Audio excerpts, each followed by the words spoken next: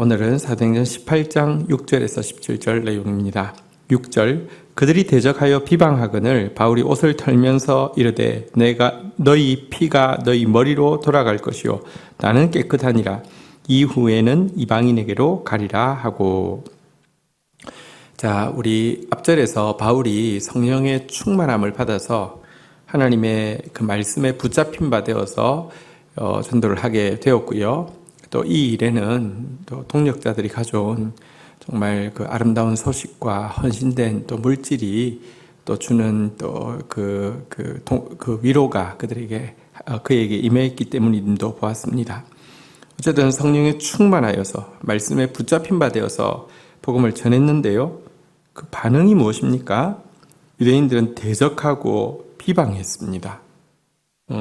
그 성령 충만하면 여러분 우리가 생각할 때 막 능력이 나타나고 우리가 기대하던 일에 열매가 맺히고 이럴 것 같지만 꼭 그런 것이 아닙니다. 성령 충만했더니 도리어 이전보다 더 큰 대적과 비방이 이렇게 나왔을 뿐입니다. 그런데 성령 충만이 무엇이냐고 하면요, 이와 같은 대적과 비방 앞에서요, 바울이 담대하게 옷을 털면서 너희 피가 너희 머리에게로 돌아가라. 나는 돌아갈 것이다. 나는 깨끗하다라고 하면서 이후로는 이방인에게로 가리라는 말을 담대히 외치게 됩니다. 지금 유대인들의 그 끝까지 완악한 이 모습에 대한 하나님의 분노를 여러분 지금 표출할 뿐만 아니라 하나님께서 자기를 부르신 이방인의 사도의 부름에 이제 전적으로 헌신하며 나아가겠다고 하면서 이제 유대인 중심으로 이방인을 건지는 것이 아니라 이방인에게 나아가서 이방인 중심으로 사역하겠다라고 선언하는 그런 선언을 하고 있는 것입니다. 다시 말하면 성령 충만이 내가 원하는 어떤 능력과 내가 기대하는 열매가 맺히는 것은 아닐 수 있지만 하나님의 뜻에 대한 담력과 그 철저한 순종을 성령 충만은 반드시 가져온다는 사실을 보여주고 있는 것이라고 할 수 있습니다. 자, 이렇게 하고는 7절 거기서 옮겨 하나님을 경외하는 디도 유스드라 하는 사람의 집에 들어가니 그 집은 회당 옆이라. 8절 또 회당장 그리스보가 온 집안과 더불어 주를 믿으며 수많은 고린도 사람들도 듣고 믿어 세례를 받더라. 그래서 그는 이제 그 회당이 아니라 회당 옆에 있는 디도 유스도라는 사람의 집을 거점으로 이제 복음을 전하게 되었습니다. 이 사람은 하나님을 경외하는 사람으로서 복음을 받아들인 사람이었던 것입니다. 그리고 또 이렇게 되자 놀라운 역전이 일어나게 됐는데요. 바로 옆에 있는 회당에는 회당장이 있지 않습니까? 근데 회당에서 제일 높은 사람이 회당장인 그리스도보와 또 온 집안이 주를 믿고는 이제 바로 이 회당 옆에 있는 디도 유스드라는 집에서 이제 이루어지는 집회에 참여하는 그런 반전이 일어나게 되었고요. 수많은 고린도의 이방인들이 복음을 받아들이는 역사가 일어나게 되었습니다. 그가 기대한 열매는 아니었지만 성령 충만은 확실히 놀라운 생각 외에 또 열매를 맺게 한 것을 보게 됩니다. 물론 여러분 이 결정을 내리고 바울이 마음이 편하지 않았을 것입니다. 여러분 바울이 유대인 중심으로 복음을 전해도 박해가 있지만 이 강팍한 유대인들에게 대놓고 너희 피가 너희에게로 돌아갈 것이다 라고 이야기하면서 이제 나는 이방인 중심으로 전도한다 라고 외쳤을 때에 어떠한 그 핍박이 있을지에 대해서 그는 정말로 잘 알았을 것입니다. 자기 자신이 과거에 기독교에 대해서 핍박할 때 얼마나 열심히였는지를 생각해 보면 정말 피부에 와닿게 어떤 일이 있을지를 알았던 것이 틀림없습니다. 이 때문에 고린도 전서에 보면 자기가 이 고린도에 와 있을 때 약하고 두려워하고 심히 떨었다라고 이야기하고 있는데 정말로 그 두려운 상태였을 것입니다. 유대인들의 보복은 아주 강하게 올 것이었고요. 게다가 또 고린도 지역에서는 하나님께서 또 열매 맺게 하실 때에 또 동반되어질 수 있는 것이 육체의 질병입니다. 내가 약할 때 주께서 강하게 되시기 때문에 고린도에서 살 일이 많으면 더 육신적으로 강건하게 해주시는 것이 맞는 것 같은데, 고린도에서 바울은 육신의 가시로 말미암아 큰 고통을 또 겪기도 되었습니다. 그러니 얼마나 더 약해지고 두려워하고 심히 떨었겠습니까? 그런데 이 9절 한번 볼까요? 밤에 주께서 환상 가운데 바울에게 말씀하시되 두려워하지 말며 침묵하지 말고 말하라. 10절 내가 너와 함께 있음에 어떤 사람도 너를 대적하여 해롭게 할 자가 없을 것이니 이는 이 성중에 내 백성이 많음이라 하시더라. 근데 그렇게 두려워하고 약하고 심히 떨고 있는 그에게 밤중에 주께서 환상 가운데 나타나셨습니다. 두려워하지 말고 침묵하지 말고 말하라 라고 그에게 도전하시고 격려하셨습니다. 내가 너와 함께 있음에 어떤 사람도 너를 대적하여 해롭게 할 자가 없을 것이다 라고도 또 격려하여 주셨습니다. 그리고 그 이유에 대해서 말씀하셨습니다. 이는 이 성중에 내 백성이 많음이라. 이 성중에서 구원받을 당신의 백성이 많기 때문에 하나님께서는 두려워하지 말고 담대하게 침묵하지 말고 주의 복음을 전하라. 내가 너와 함께 하시겠다라고 약속하고 있는 것입니다. 박해가 없을 것이라고 이야기하지 않고 박해에도 불구하고 열매는 맺힐 것이고요.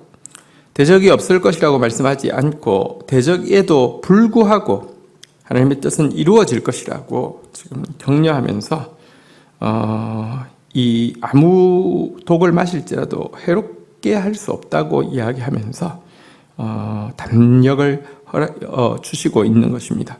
그리고 이 약속대로요, 11절에 보니까 1년 6개월을 머물며 그들 가운데서 하나님의 말씀을 가르치니라. 여러분, 다른 지역의 전도를 보면 정말 짧은 기간 이루어졌음을 알게 됩니다.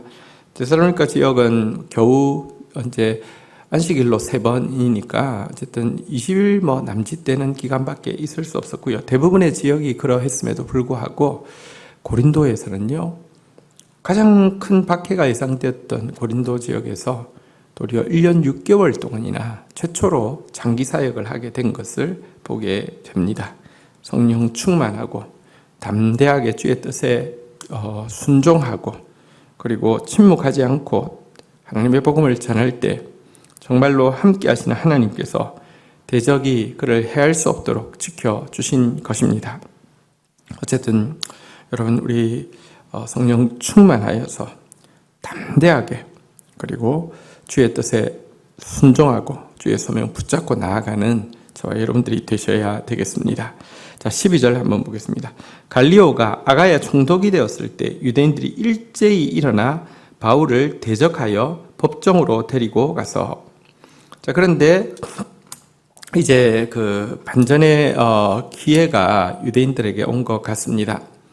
신임 총독이 이제 아가야 지역에 오게 되었죠. 아가야는 이제 그리스를 이야기한다고 했고요. 또 고린도는 남그리스의 수도인데요. 신임 총독이 왔습니다. 신임 총독이 오면 여러분, 그동안에 그냥 지지부진하던 일이 새로 탁 매듭이 되어질 수 있는데, 신임 총독이 왔을 때에 유대인들이 이 바울을 고발하고 법정으로 이렇게 이제 데리고 가서 막 소란을 일으키고, 또 그들의 세력을 가지고 신임 총독을 압박할 수 있겠죠.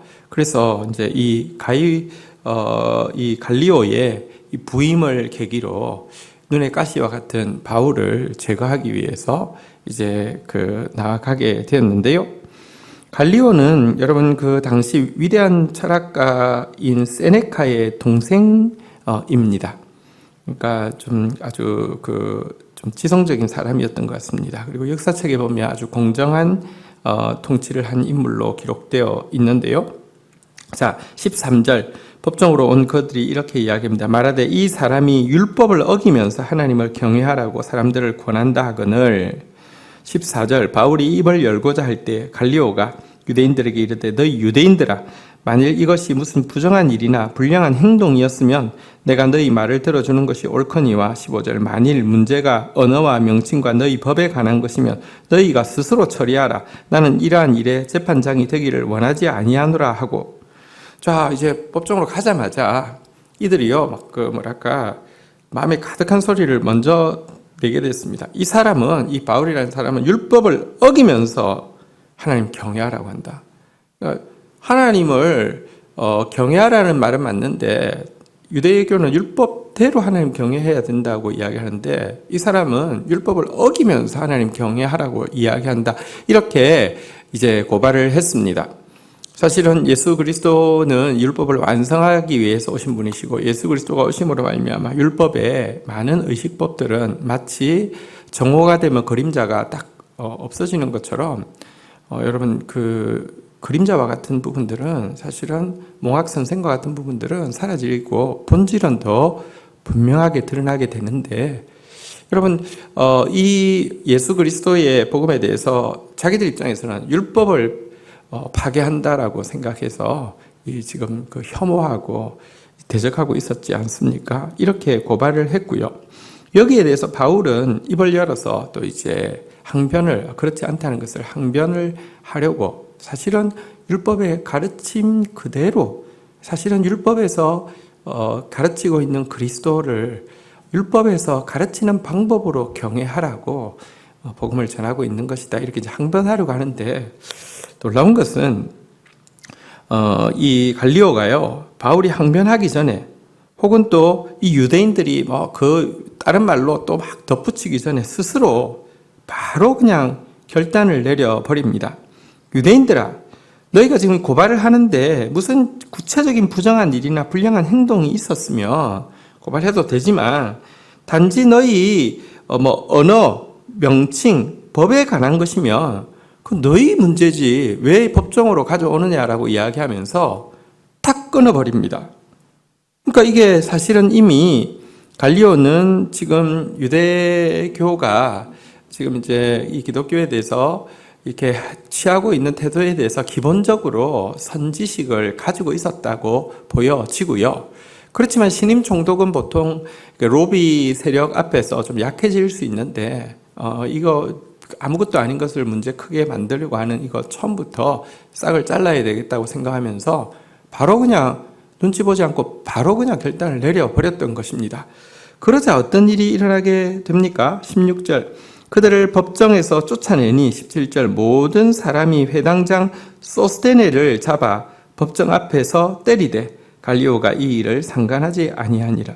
그러자 막 기세 좋게 몰려왔던 유대인 그룹은 이 법정에서 쫓겨나게 되었고요.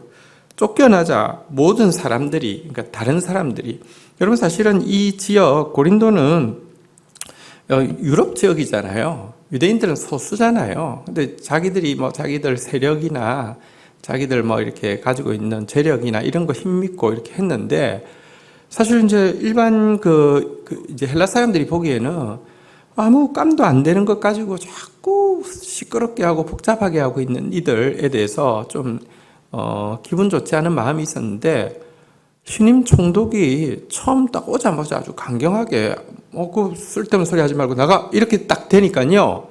이들이 해당장 소스테네 위에 보면 워낙에 해당장이 그리스도였는데 이 사람이 복음을 받아들이니까 아마 해당장을 교체했겠죠. 소스테네 아마 법정에 고발하는 일을 주도한 사람 같은데요. 이 소스테네를 기분 나쁘다고 이렇게 잡아서 때리기 시작했습니다. 그런데 갈리오가 이 일을 말리는 것이 아니라 그냥 놔둬 이렇게 되는 바람에 여러분 유대인들은 이제 이 고린도 지역에서 아무 말도 하지 못하는 그런 입장이 되었고요. 그 결과 이제 복음은 이 고린도 지역에서 1년 6개월 동안이나 아주 힘있게 증거되어질 수 있는 계기를 얻게 된 것입니다. 오늘 이제 본문을 통해서 성령 충만에 동반되어지는 담력과 순종, 그리고 또 하나님 앞에서 담력을 가지고 순종하고 나아가면 정말 하나님께서 지켜주시고 또 열매를 보장해 주셔서 최초로 장기 사역이 시작되게 하신 이야기, 그리고 또 이렇게 하나님 도와주실 때에 사람을 통하여서 갈리오라는 인물을 통하여서 이렇게 정말 처음부터 강단 있게 이 일에 여호와 일의 도움이 무엇인지 보여주신 이 이야기를 보았습니다. 기도하며 나가도록 하겠습니다. 하나님, 바울이 하나님의 말씀에 붙잡힌 바 되어서 복음을 전했음에도 불구하고 이방 유대인들은 강팍하게 이것을 비방하고 대적하였습니다. 비록 원하는 기대하는 능력이 나타나거나 열매가 맺힌 것은 아니지만 하나님 앞에서 담력을 가지고 또 하나님의 소명에 순종하고 나아가는 열매를 보게 됩니다. 하나님 성령 충만의 가장 큰 열매는 하나님 앞에서의 담대함과 하나님의 말씀에 대한 하나님의 소명에 대한 순종임을 깨닫게 됩니다. 또 그렇게 나아갈 때에 두려워할 수밖에 없고 약해질 수밖에 없고 심히 떨릴 수밖에 없던 그들에게 힘을 주시고 또 아무도 해하지 못하도록 주님께서 또 갈리오라는 인물을 통하여서 도우시는 그런 이야기를 보게 됩니다. 그래서 최초로 장기 사역이 시작된 것도 보게 됩니다. 하나님, 오늘 하루도 정말 성령 충만하게 하여 주시고 오늘 하루도 주님께 순종하게 하여 주시고 오늘 하루도 주님의 명령에 대로 담대히 나아가다가 주님께서 예비하신 도우심 가운데서 주의 말이 실제임을 경험하는 저희들 되어질 수 있도록 은혜를 더하여 주옵소서. 예수 그리스도의 이름으로 기도 올립니다. 아멘.